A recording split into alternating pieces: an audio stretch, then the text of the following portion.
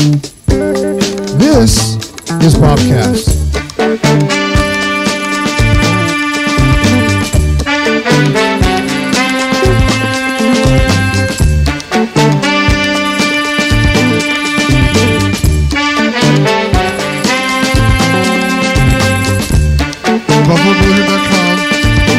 BuffaloBrotherhood.com.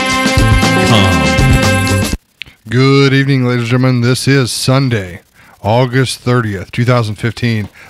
This is the Buffalo Brotherhood. This is the BOBcast, episode 75.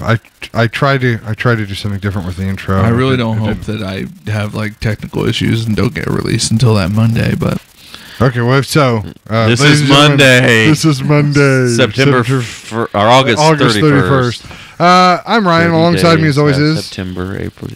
There's 31. There's 31. The laugh was Mike, and the wonderful elementary school rhyme was Doug. It works. I actually don't teach the rhyme. I have them hold their hands together. The knuckle thing. What's the knuckle thing? The knuckle thing. You start here. January's got 31 days. Every place there's a knuckle is a 31 days. So January is 31. February is between the knuckles. Next year's a leap year. So it's not 31. And then March 31, it's up on the knuckle. You just go up and down. I like the rhyme better. April, May, June, July, and then like you can either just hit your knuckle again and go backwards, July, August, or you can jump over to your next knuckle. So I can, or I can just go back to the other knuckle, right? Yeah, I'd probably work too. August, September, yep. October, yep. November, yep. December. Yeah, see. Hey, I'm teaching when I'm not teaching. It's fantastic. Amazing. That's cool. Cool. But I wanted to do like a nightly news sort of opening because tonight it seems weird because we've had a conspiracy show here. We did. Where it wasn't really a conspiracy show. I think it was just a before the break show, before a fishing show, and we got into all sorts of banking conspiracies. Thank you. This is the BOBcast, and I'm Ryan Parrott. Thank you for joining us. Why are you finding like the worst quality? Presented in high definition 4 kilobits per second. I grab the first one I see. I got to be on top of it, man. That's right. I got to be. Honestly, I'm enjoying this. I don't know what it really got me thinking about like the people that are in power and sort of our political process and what we're doing here in the U.S. and right and to sort of pour acid on an open wound, essentially. Like I went to the place that I always turn to get what I consider like my most independent news sources. You know, I go to YouTube. Well, I go to YouTube and I start looking around. And I'm not being thorough with the sites I'm looking at. And I'm watching things like the Republican 15, bad lip reading. And I'm like, man, they're really making the candidate I support the most look really dumb. Like they're George W. Bushing up the candidate that I would feel the most. And then I'm not talking about George's brother. So they're a little more looking. And you know, there are all these YouTube companies. And I had my bubble burst before when I found out that Nerdist was actually bought by Legendary. So pretty much anything coming out of them that had to do with the Warcraft movie is basically like advertising because that's their parent company. I mean, you're not going to get an honest response from them about a movie that their company's actually making. It's fantastic. Exactly, because they're paying our bills. And then even like Rooster Teeth. Like I thought I knew the whole origin of Rooster Teeth down in Austin, Texas. And they have their own news show called The Know. And I kind of took that as, well, if they're doing their research and they're believing in this, then it must be true as well. Well, I just sort of had that thought. Well, if everybody honestly is working for somebody else, I wonder who really is making the calls at Rooster Teeth. And they are. They're essentially owned by a larger company that owns hundreds of YouTube providers, and it's called like Full Screen. The business that they operate in is called. And who owns them? Like one of the guys who created YouTube and Google. like or one of the guys that helped create YouTube is their current like CEO, but I don't know who owns them. So like I've just had this like whole like our whole entire infrastructure here of like media, like a pyramid almost. Yeah, it's a giant pyramid with an eye on top. Exactly. That I just I'm jaded. I guess I'm jaded. You know, like where are we ever going to get any information that we can trust, and where are we ever going to get? You know, I feel like our political process is completely broken. I can't do that. You just did. Nice job. It's George Strompoulos. Yes, yeah. Was he like former? I couldn't remember if he's former Google or former YouTube. I don't know. He's only the CEO. He's only the CEO. Somebody above. He works for somebody. He's not Google, or he's not Google. Yeah, because that's Alec, and that's not him. Right. But Sergey. Yeah, Sergey Brin, and I can't remember the other guy's name. Well, what I'm saying, I mean, really, I just got completely jaded about the whole entire thing. And then when we were talking about shows possibly to have, Mikey threw out a great sort of thing. And it was honestly like right along my train of thought, because I kind of wanted to have and I know, not serious, but at least a deeper level sort of podcast tonight. I even bounced the idea of my wife. I was like, should I try to find a story that I can tell that'll make the guys cry? Because I just felt like I wanted to do something just sort of like deep. Something deep, almost morose. And then you come out with, hey, let's talk about our beliefs. Okay. Our what did you call it? Ideology? Our ideologies, our political ideologies. And I'm like, that'll work. I think that'll work. And there'll be enough variation, I think, between the three of us at the table that'll be interesting. And then I'm basically challenging you at Facebook.com/Buffalo Brotherhood to involve us into, or get into debate with us, or engage in us and talk to us about yours. If you want to, you can use the Twitter at BuffaloCast, at BOBcast Nation, at Refried Evil, at FuMan2. I mean, engage. Tell us what you really think. Use the comments on YouTube. But I just worry that we're all being sort of led along. Yeah. And we're being manipulated. And I would say most of I felt like I was the last person coming to this party. You are. At least in this room. Okay. All right. I thought I was the last one coming to this party, period. These guys are saying, no, there's a bunch of people that still feel this way, that have no idea how we're being manipulated as people. Oh,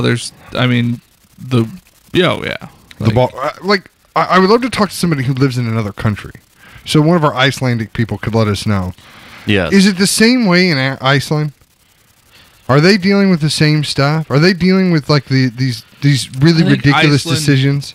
I think Iceland is a little different, though. I mean, since it's out there on its own, like, I think, now we talk like, main Europe continent, different story, but they're completely broken. They're shattered over there right now. I mean, they have been for years.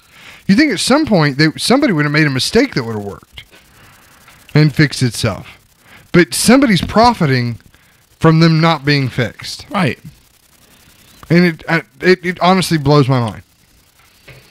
How? I don't understand. Are we having another conspiracy show? No, we're not. We're having a political ideology show, and I just wanted people to engage us at Facebook.com/Buffalo Brotherhood and let us sort of know whether or not they agree or disagree with where we stand. Because here's the thing: Doug's got a list of sort of the political issues, and we're doing political hot buttons of the day. And the thing is we're doing this in lieu of sort of like a political or a presidential candidacy, right, that's still like over a year away. Yeah, that's what really blows my mind is how they've stretched out the election cycle so far now, which it's almost like it's so long now that it gives the advantage really to the people that can bring in the money. The campaign trail is so long, and you have to have that sustained cash flow to survive. But that's how they control them. Well, that's part of it. You know, you have to be somebody like a Jeb Bush or a Hillary Clinton that can raise tens to hundreds of millions of dollars very easily through, you know, large corporate bundlers. So yeah, I mean, it is the I think regardless of. Are we outclassed, Mike? Is that what that look was from? Huh? What? Nothing. Go ahead. No, I figured out what I figured out what noise I'm going to do after every time someone says our statement. Again, did you hear how terrible that sounded? Yeah. That's on Netflix now, by the way. Only the first that's season, nice and and the first season that's the Windows 8 volume noise. Oh, shut up, LeVar. Jordy, leave me alone. So, okay. Anyway, that's awful. I think it sounds like it's turned up too loud. There's a good one. There you go. All right. Okay. So, well, I mean, we're looking at something that's 18 months out, right. And I think Mike's right. The longer we can make this, the longer they can make this stretch, the better they can sort of control. And I say they by basically the people that have the money on this planet that are making these decisions. They can sort of weed out candidates they don't want if they have a longer period of time, and they have enough sort of influence that even if a candidate they want elected, I mean, why even bother with elections? Because I'm not even totally convinced that my vote actually goes anywhere anyway. Because if you don't, Ryan, then it gives away the idea. More people will go away. If you don't, Ryan, then people would see that the illusion, you know, they got to keep that illusion. It's like we smoke and mirrors. We know that David Copperfield is only doing a trick, but you know the guy really didn't get sawed in half. The plane really didn't move from one side of the continent to the other. I mean, it's all a trick. Right. Yeah. I don't know, dude. I don't know. Okay. Well, regardless of what your ideology is, we never really done a full bore politics show, but I think most regular people, common sense people, agree that the process, the election process, at least when you get on the national level, it's very difficult for a regular person to enter and have any chance at all. That's not true. It's not. D's Nuts has 9% right now. Now, seriously, that just goes to show how unreliable polling is. I mean, right. They must have called like one neighborhood at 3:30 as soon as the kids got out, and basically right. And the kid that put that in is 17. So I thought he was 15. Maybe he's 15. Yeah, but he can't even actually run. So, well, regardless. Let's get to the points here. Okay. Why don't we briefly go over, very briefly, what we think each of our ideologies actually are. What's the core political philosophy that you have? Okay. Ryan, you've got 1 minute. Okay, what you mean? Okay, just to clarify the question. You want me to state like what political party I find myself most? Well, however you want to. I like to say that I'm conservative. For small government, pro education though. So if we're having to spend money anywhere, I would say we need to spend it on education. That's our insurance. Obviously. As a person, I buy life insurance. As a country, we should spend on education. I think we need to have a balanced budget, control our own debt management. I would like to get off the current economic system that we're currently on and go back to a more stable, something that's actually on some sort of value, like a gold system or a gold standard, which I feel like the cat's out of the bag on that. I don't think it's possible, but yeah. So I mean, if you're going political party, I'm probably more libertarian than I am Republican, but I would side with Republicans just because I feel like they have a louder voice, and at least more of it's going to go my way. Or at least my beliefs are going to be followed more in that political arena than in, let's say, the Democrats. Okay. Thank you. I really didn't mean to do that right there, but that worked out. All right, Mike. I think personally, I fall into a very almost radical conservative. I think if you hit, when we hit the key topics, I'm going to sound very libertarian, but I'm very I'm very anti-government in my life whatsoever. I think the national government needs to just do a couple things. That's protect us as a country, and pretty much that's about it. Maybe take care of the mail. That's where they need to be, and keep us with a steady currency across the 50 states. Everything else should be done by the states, in my opinion. It works better, I think. I think it's a better idea to keep it localized, because local people know what they want, and they can keep it that way. And if you don't like it, there's 49 other states that you can go to. So, with that being said, there's personal beliefs that I have that if we cover them, there's personal beliefs that I have that don't reflect into my government stance on things.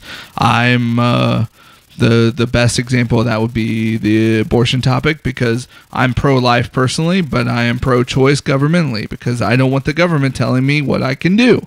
So I think that's a personal decision that people shouldn't make, is to do that. But in the same aspect, you should have the right to do that if you need to. So you basically get the government out of my life as much as possible, because I think I put too much thought process on thinking people can do things on their own. If they set their mind to it, they can do it. You know, if people actually try, people can accomplish things, and they don't need the government to come in and tell them what to do and how to do it. There are things that need to be regulated. Yes, they're because of the problem with my ideology is there's too many evil people in the world that want to control things and want to make bad things happen. They're already in power. That are already in power. That makes it very hard for my ideology to work. So, I'm sorry, I forgot myself.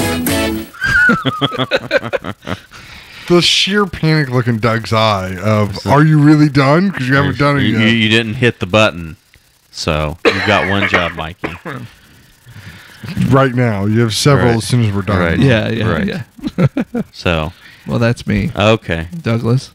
I am probably, I'd say, if you want to use the current meme. Not as elegant as I thought you would have been. I'll be honest. Well, it's because, I guess I would be considered probably libertarian, so conservative. we're 3 for 3. But the problem is, my problem is I'm so cynical that I realize that if my ideology came true, I really think that most people would probably not know how to survive. Right. Because I can say all till I'm blue in the face, I want government out of my life, which I in general, I personally am not too reliant upon government. But when you think about all of the people, friends and family members that you may know that may be partially or fully reliant upon government intervention and services in their life, it would destroy them. I mean, they would have to go back between welfare benefits, Social Security, Medicare, Medicaid. It's just the government has interwoven itself so slowly over time, so subtly, that most people don't realize how much it actually impacts them. Even something as simple as here just the past few days, because of the sugar lobby in the United States, Americans pay about double what the rest of the world pays for sugar. So Oreo moved a plant from Chicago down to Mexico for it to be more economical for them to make Oreo cookies, and 600 jobs were lost. So just things as subtle as regulations that are put in place that you have no idea that exist. So I would love to see us return to the constitutional principles, with limited federally, just the primary purpose of defense of our nation, with states being able to be the experimental rooms of local governance. But I realize that unfortunately that will probably never happen. Right. So, anyway, libertarian conservative, but a cynic. So there you go. Okay. Well, I mean, and that was one, obviously, guys, that is not a shock to anybody listening to the podcast or any of us sitting in the room that we sort of have that same sort of thread. But I think we're coming about it at different directions. And I think that's what, as we look at these issues sort of independently. Oh, yeah. Go ahead. As we look at these issues independently, I think there may be this may shake loose a little bit. But again, this is less about the three of us having a conversation with each other, more about us sort of just putting this information out there and hoping that you guys start to respond as you listen to the podcast. So this is one that if you're listening to the podcast on your mower, you're going to want to stop, go inside and follow along on Facebook and just sort of write, send us your thoughts. Right. Or write this stuff down and send us an email as soon as you get done at buffalobrotherhood@gmail.com. And keep in mind, I saw this quote the other day, and it's a very good one from Aristotle. It is the mark of an educated man to be able to entertain a thought without accepting it. Yeah. So you can entertain our thoughts, but that doesn't mean you have to accept it and become an asshole. Sorry. Right. So, or, I'll be honest, I'll take hateful comments over no comments, but well, no, you can be hateful, but just understand, I think that's part of the problem is people are so polarized that they can't listen to others. Right. There's lots of people that I know that are, probably very liberal, but I'd much rather talk to them and listen to what they have to say and have some exchange of idea than just to be like, oh, you're an idiot. Right. So you can go home and say they're an idiot. That honestly, as a discussion of politics, that was one of our favorite moments. Doug and I were talking to a mutual friend who was a self-confirmed Democrat, very liberal in his views and needing to help people and wanting to provide people and be that big brother sort of person. And then just through the course of dialogue and sort of, do you remember what I'm talking about? Just through the course of dialogue of just like, okay, well, that's a great idea, but how do your beliefs factor in this? Right. Factor in that. I mean, it was about a 45-minute. It wasn't even a debate. It was more just like just a conversation. We're just listening to your ideas. And I honestly wasn't near as verbal as what Doug was in this matter, but Doug was just like, we're just listening to your ideas. Okay, well, now how does this work? Or how does that work? And by the end of the conversation, it was pretty much, well, all this stuff here that I'm saying is in theory. Right. We can't actually put any of this in practice. Okay, all right. Well, so I'm kind of hoping to recapture some of that. I hope to learn something from this, right? Either about myself or about others, and I hope that other people feel the same way. It's more about self-reflection than it is about changing somebody's opinion for them, in my mind. So, Doug, you want to give us the first sort of issue, and then we'll sort of talk it out? The first issue, and let's try to keep it to about minute or two discussion on each, because we got a few to get through, people. So, Mikey, you watch the clock. I have a clock right now. Okay. First issue, abortion. Okay, and obviously Mike started to talk about this in his initial beliefs, but I'll say honestly, with all that's come out here in the last 6 weeks, my beliefs on this honestly have changed a whole bunch. Right. Because I was very much with you, Mike. I felt that I was essentially pro-life, but really that's not my decision to make, and so that should be pro-choice. But after seeing not the discussions or not the conversations about how Planned Parenthood was selling these body parts, right? But through the little blurred images, how much of what was coming out of these ladies still looked like my own children when I. You can find those non-blurred. I know, but I mean, I'm just saying. Those will really show you, and I don't even want to see that, to be honest.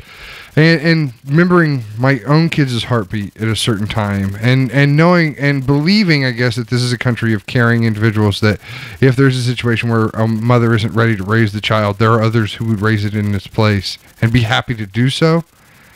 I think here very recently I'm very pro-life at this point. And I'm okay with saying that those things are illegal and shouldn't take place. And with the hope that, and this may be head in the sand sort of philosophy here, that two people come together to make that child. It's that child is put there for a reason, and it's not for us to destroy it. It should have an opportunity, it should have a chance. and we're essentially killing. I mean, nobody would kill a puppy, but yet we kill something that is 1,000% more precious, right, every day, right, with a pill or a vacuum cleaner or whatever, right.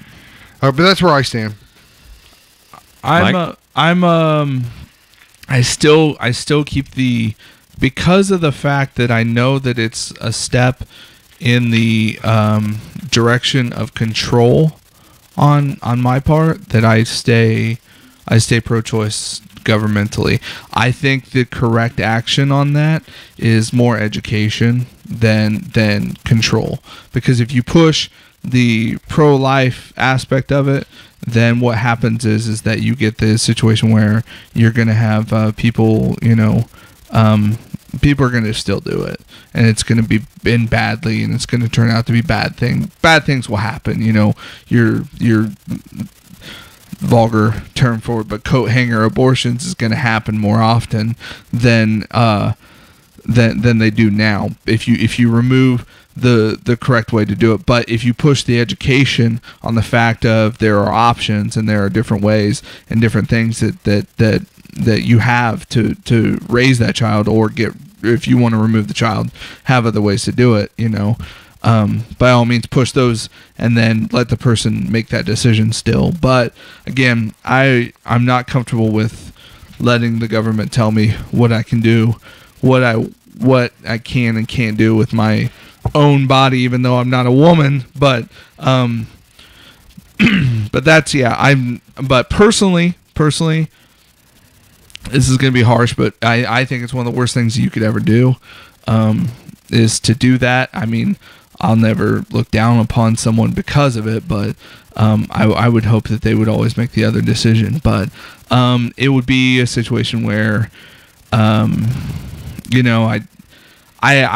think I've never been in the situation, so I can say, but I'm very pro-life, as in I think you should have the child still, but you should still have that option.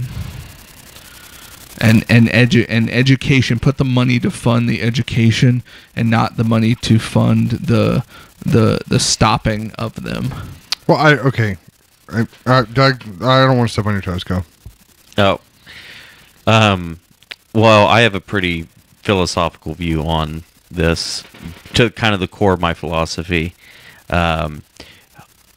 Regardless of whether you believe in God or you believe in kind of the natural right, that human beings are born with certain natural rights, among them, those that were enshrined in the Declaration and other documents, but the first among them being life. You cannot. Life is the most is the right of all primacy. It has above everything else. Right. You can't have any other right unless you have the right to live. So my philosophy is that child, from the moment of conception, it is alive. So regardless of whether it's how conscious is it, how much can it feel, can it not feel, it is alive. So in my opinion, any attempt to take that life violates the most basic right that every human being has. And because I believe that from the moment of conception it is a human being, harming that is violating the most basic right, essentially murdering the child, killing it. So I think that the only, and it's difficult as it is, because I know, it would have to be terrible to be in the situation of if you were molested or raped and you end up getting pregnant when you in no way, shape, or form wanted to. Right. But I have to think of the innocence of that life. And really, for me, the only thing I'm comfortable with is if that child is either going to be born to where it's going to die outside of the womb, or is going to possibly harm the life of the mother, because then the life of the child is violating the primacy of the mother's Right. right to live. Right. So those are my two basic kind of caveats to that, because I truly believe that all of our rights and a moral society values life. Right. And understands that. So I believe that the morality of an entire society really is reflected in begins within this one issue: is how do we look at life? Are we a society that encourages having children, bringing up families, or are we a society that more values the ease of disposal, the throwaway mentality? So, again, it's not that I'm trying to impose judgment on people that unfortunately have to be in the situation to try to be cruel, but it's just from a philosophical standpoint, I think that it becomes a slippery slope. Life, that's how humanity has exploded. I mean, that's how nature is working. We'll call it, whether it's divine or whatever the origin is nature has to throw lots of stuff out there in order for us to expand. We have to have new blood. We have to have new ideas. All of these children are potential. I mean, they're potential for good, potential for bad. So you can't just coldly calculate statistically saying, well, children born in this, because you'll hear a lot, like on the Freakonomics thing that they did. Well, when we did abortion and birth control for these segments of society, crime went down. Well, that may be. Okay, maybe people in those circumstances are more apt to commit crime, but at the same time, what if there were one or two people in there that had the potential to do great things? Right. So yes, you wiped out the potential for bad, but you also negated the potential for good. Right. So for me, it is a core part of my philosophy. That's a good way to look at it. Yeah, really, honestly. It's very... I'm the same way. I just feel like it's not our place. Like I could not make the little wiggly worm and the little dormant egg. No matter how hard I push, I can't push them two together. It takes something else greater than me to make those cells start to split. And who am I to destroy it? I mean, just watch a room of second graders watch a nature documentary when the snake comes in and starts eating the bird eggs. Right. They have no idea why, but they are utterly distraught. And it's something that we do as a civilization every day. So I think it's okay to spend a little bit more time, because I think abortion is one of those critical, it's just one of those gut level issues that, it's hard to get past. And it's one of those things where, I agree. I don't want government necessarily intruding on people's ability to make choice, but at the same time, Mikey has to get up and stare oddly out the window. Is there a gray? Is there an alien? I don't know. Is there an alien having an abortion? That'd be weird. His light's just, no, Mike, don't. He just went outside. That's weird. I think, honestly, he knew I was going to come back with this little quip here. Education on a social topic like this historically has never worked. And I think by trying to transfer funds from one thing to another into educating people on this thing, I don't think it's going to work. I just think this is the education has to come through the family, and it has to come through like an adjustment of values and an adjustment of morals. It's never gonna work at a what do you want to say? Just at like a school after school program of, hey kids, don't. I mean, people have to understand the value of life. Right, because the teacher is really going to obviously they're not going to have the same connection as a normal family member would. Right. So anyway, dun dun dun. Let's move on. What is he doing? I think he has a dog. I think there was a dog outside. I can see sort of a reflection off a reflection here. So I see him outside. He's got some sort of leash. I don't think it's his own dog though. Okay. I think it's a different dog. Fantastic. So, well, he's an animal lover. He wants to make sure his neighbors get their dog back. All right, so let's move on. Yeah. Budget and the economy. Yeah. So, is it my dog? It's not my dog, is it? Is it my dog? Oh, okay. It's not my dog. It looks like my dog. Let's talk about Ryan's dog. Well, no, I have a golden retriever. It looks like he has a golden retriever out there. Oh, okay. All right. Much slower. Much.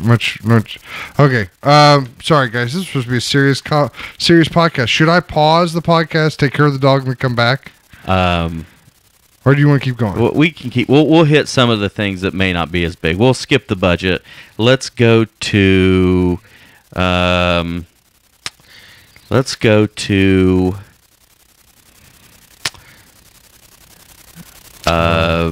Homeland Security. Homeland Security. All right. Okay. Homeland Security. Do you want to go first this time? Sure. And then I'll go. Homeland Security. I think obviously we need to keep our country safe, but we have to do our best to not violate the individual rights of American citizens. So it is the job of our Congress and our president to protect us, but we need to go through the proper procedures to do so. I don't like the. Okay, Mikey's talking now through the. Okay, I gotta pause. All right, we're pausing the show. We'll be right back. We have a dog.